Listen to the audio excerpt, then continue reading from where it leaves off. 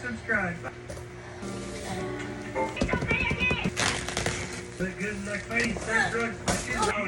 What's up mga Diyosa? So if naghahanap kayo ng cage para sa mga cute na fur babies ninyo, I will recommend this one na bubuksan to sa taas, especially dito sa harapan, and may tray na rin ito to catch yung mga dumi, pupu, and wiwi nila. Maganda din ang materials na ginamit at easy to assemble. Meron na din itong 4 wheels para mas madali siyang mailipat-lipat ng pwesto. Lagay ko yung link sa baba para ma-check out nyo mga Diyosa. Adios! Inside, get inside. Alright. Get 5, 4, inside. let's go!